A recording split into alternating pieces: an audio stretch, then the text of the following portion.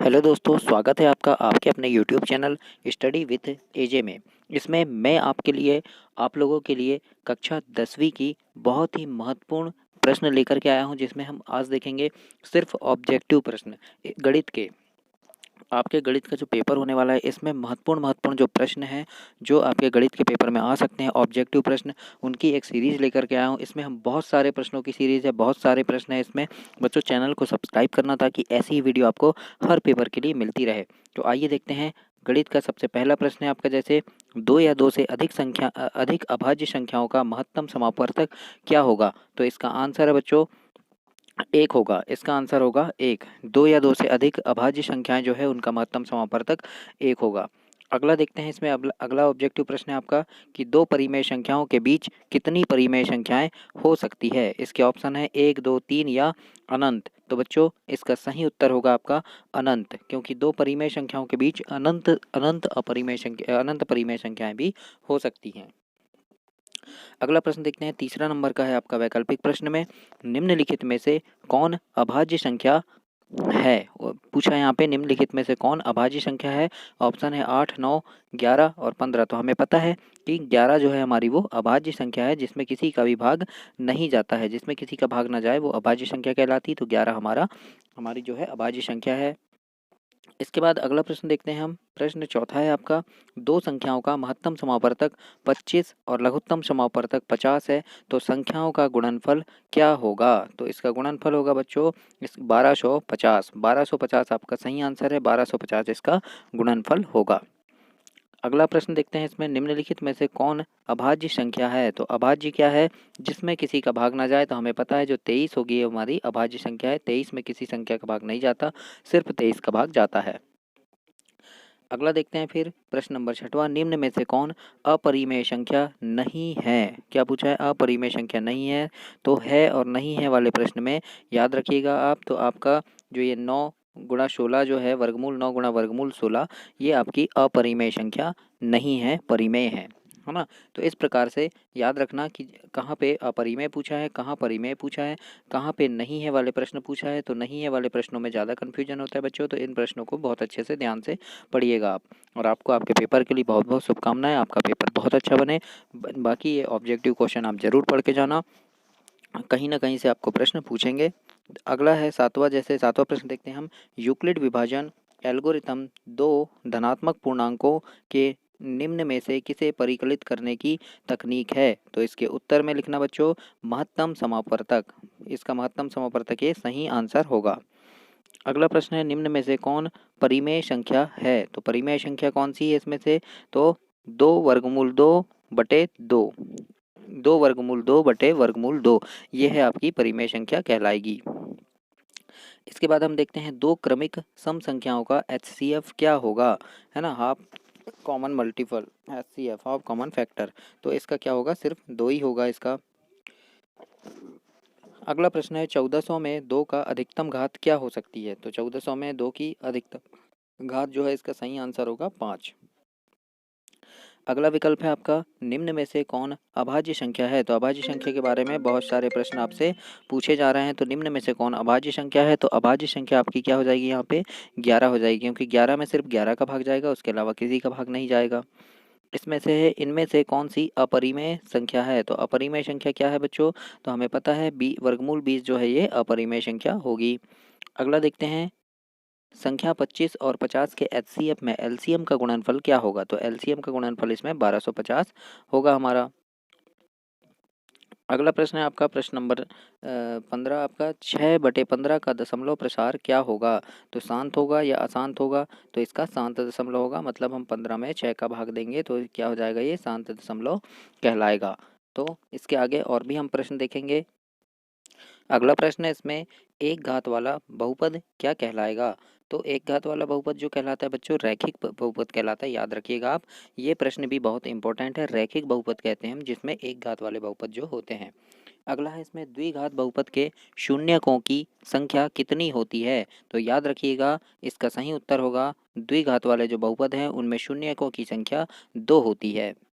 अगला प्रश्न है, बहुपद x वर्ग धन 2x धन 1 का शून्यक कौन सा होगा? तो इसमें आएगा आपका ऋण 1। ऋण 1 आपका सही आंसर होगा। अगला देखते हैं द्विघात बहुपद बहुपद ऋण 3 के शून्यक क्या होंगे? तो इसका उत्तर होगा आपका ऋण 3 वर्गमूल धन 3 जो होगा इसके ये शून्यक होंगे। अगला प्रश्न है बहुपद x ऋण 5 के शून्यक क्या क्या होंगे? तो x ऋण 5 के जो शून्यक होंगे आपका धन वर्गमूल 5 ऋण वर्गमूल 5 ये आपके बहुपद x ऋण 5 के शून्यक हैं। अगला प्रश्न है द्विघात बहुपद x वर्ग धन 3x धन 2 के शून्यक क्या क्या होंगे? तो इसमें इसका सही उत्तर होगा बच्चों इसके शून्यक होंगे आपके ऋण 1 और ऋण 2। तो शून्यक से भी आपको प्रश्न बन सकते हैं इसलिए इनको आप जरूर से पढ़ के जाइएगा। जैसे अगला प्रश्न है यहाँ पे यदि बहुपद p x बराबर x वर्ग ऋण 2x धन 5 के शून्यक ए बी हों तो ए बी का मान क्या होगा? तो इसका सही उत्तर होगा बच्चों ए बी का मान होगा आपका 5। तो इस प्रकार से ये आपके बहु अगला प्रश्न है किसी पासे को फेंकने में अंक 5 के ऊपर आने की प्रायिकता क्या है? तो पासे को जब हम फेंकेंगे तो अंक 5 ऊपर आए इसकी प्रायिकता क्या होगी हमारी 1/2 हो सकती है ना, 1/2 ही होगी। अगला है दो पासों की फेंक में संभव परिणामों की संख्या क्या है? तो जब दो पासे को फेंकेंगे तो संभव परिणाम हमारे क्या होंगे? तो संभव परिणाम हमारे 36 हो सकते हैं दो पासे को हम फेंकेंगे तो, है ना, क्योंकि एक पासे में 6 अंक होता है गुणा दूसरे पासे में 6 अंक होता है तो 6 गुणा 6 करेंगे हम तो अंकों की प्रायिकता क्या होगी 36 होगी हमारी।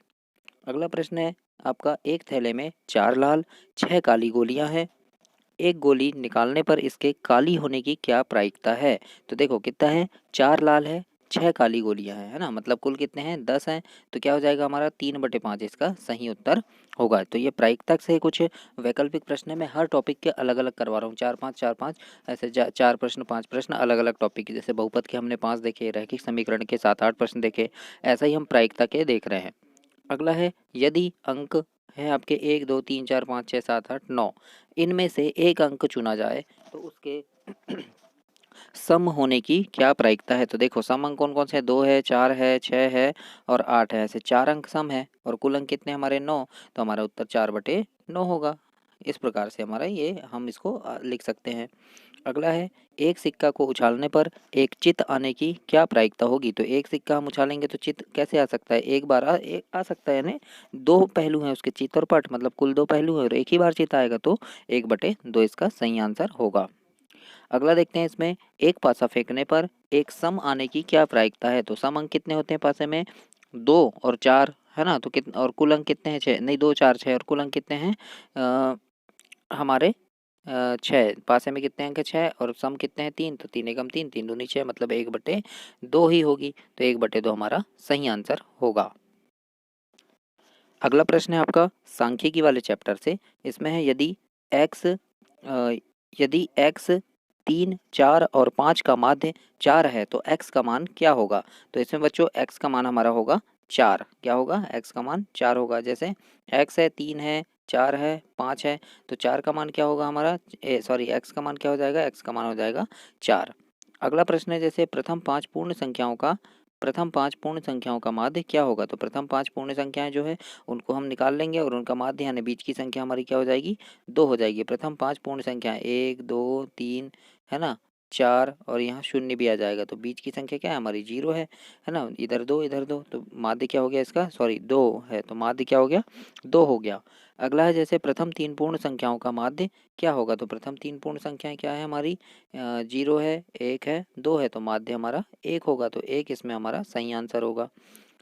तो इस प्रकार से ये माध्य से भी कुछ प्रश्न है। अगला है जैसे प्रथम 5 प्राकृत संख्याओं का माध्य क्या होगा? तो प्रथम 5 जो प्राकृत संख्या है उनका माध्य होगा 3, जैसे 1 2 3 4 और 5 ये प्रथम 5 प्राकृत संख्या हो गई, माध्य यानी बीच की संख्या, तो माध्य हो गया इसका 3। इस प्रकार से 3 इसका सही आंसर है। प्रथम 3 लगातार प्राकृत संख्याओं का माध्य क्या होगा? तो लगातार जो 3 प्राकृत संख्या उनका माध्य हो जाएगा 2, जैसे कौन कौन सी हो गई 1 2 और 3, तो इसका माध्य हो गया 2। अगला देखते हैं यदि 1 4 x 5 12 का माध्य 7 है तो x किसके बराबर है? तो हम पूरे को जोड़ेंगे कितना हो गया तो हमारा उत्तर मिल जाएगा। x किसके बराबर है? तो x है 13 के बराबर। इस प्रकार से हम इसका माध्य निकाल सकते हैं। अब देखते हैं पृष्ठीय क्षेत्रफल और आयतन से कुछ प्रश्न हैं वैकल्पिक प्रश्न, उनके बारे में जानते हैं। जैसे है एक घनाभ की लंबाई, चौड़ाई तथा ऊंचाई है 15 सेंटीमीटर, 12 सेंटीमीटर और 4.5 सेंटीमीटर। तो इसका आयतन क्या होगा? तो घनाभ का आयतन क्या होता है?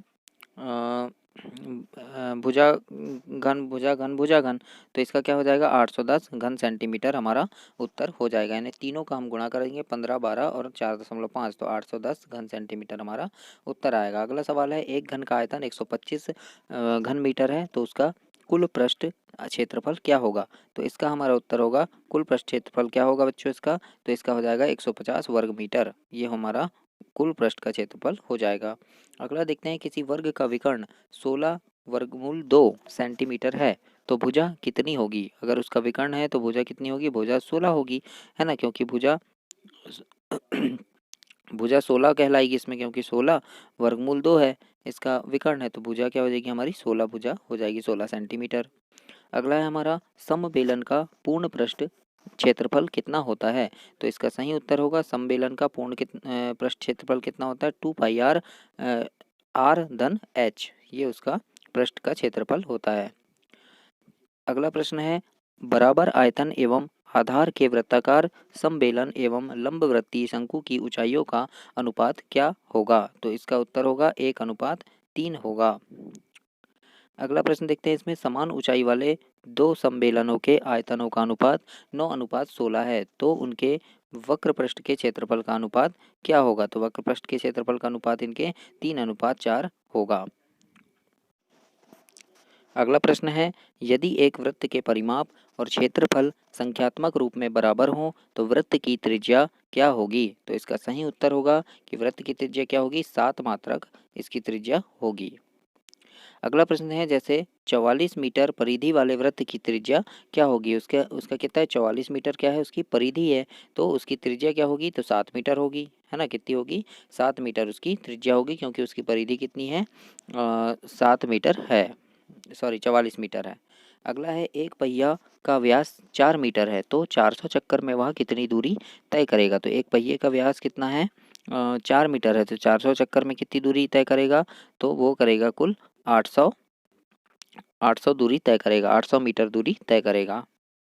अगला प्रश्न है जैसे वृत्त की किसी जीवा की लंबाई वृत्त की त्रिज्या के बराबर हो तो जीवा द्वारा केंद्र पर बनाया गया कोण क्या होगा? तो जीवा द्वारा बनाया गया जो कोण होगा वो 60 अंश का कोण होगा।